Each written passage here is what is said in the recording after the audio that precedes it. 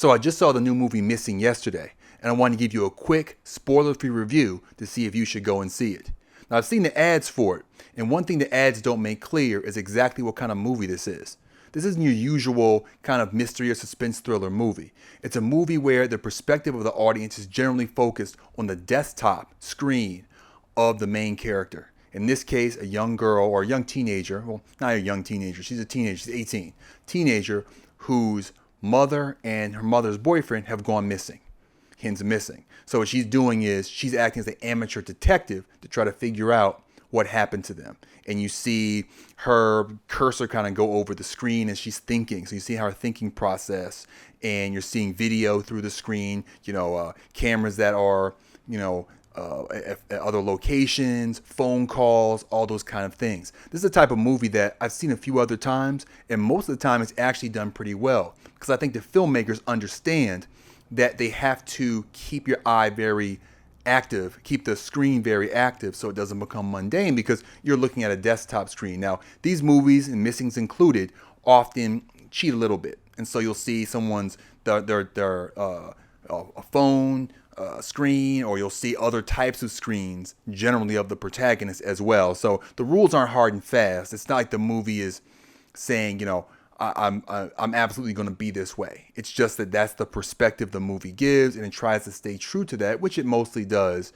throughout the picture. And as I said, I don't think the previews make that clear. So if you think about that and you're like, oh, there's no way I want to look at a computer screen desktop for an hour and a half, or this was actually almost 2 hours, I think, then this may not be for you. Now, what I will say about it is it's a very good mystery. It's one that plays kind of straight with you. It lays the mystery, the clues down in front of you. Some will be clues that end up kind of leading astray. Others will have more real resonance. And so you're watching it, you're coming up with theories, you're seeing what's happening on the screen. Now, the risk with these kind of movies is you might be right. You might feel like, oh, I saw that coming.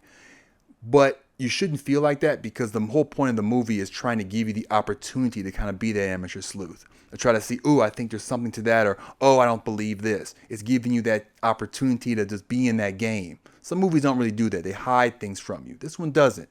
And I appreciate that myself.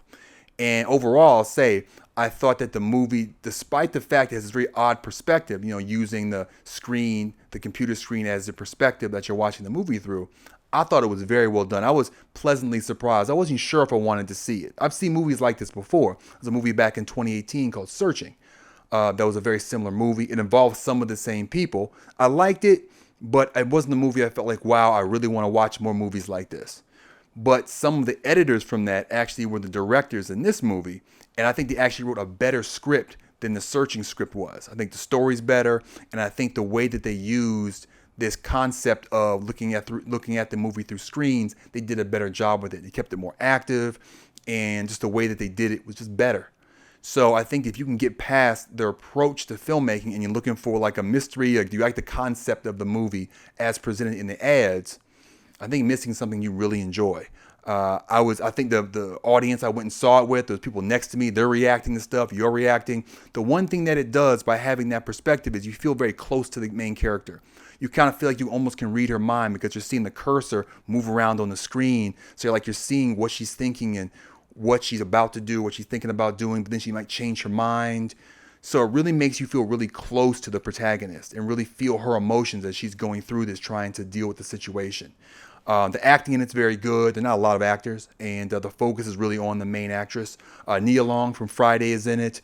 There's some other really good Asian actor and a Latin actor, both of whom I've seen in other stuff, but I don't know their names off the top of my head. They're really good.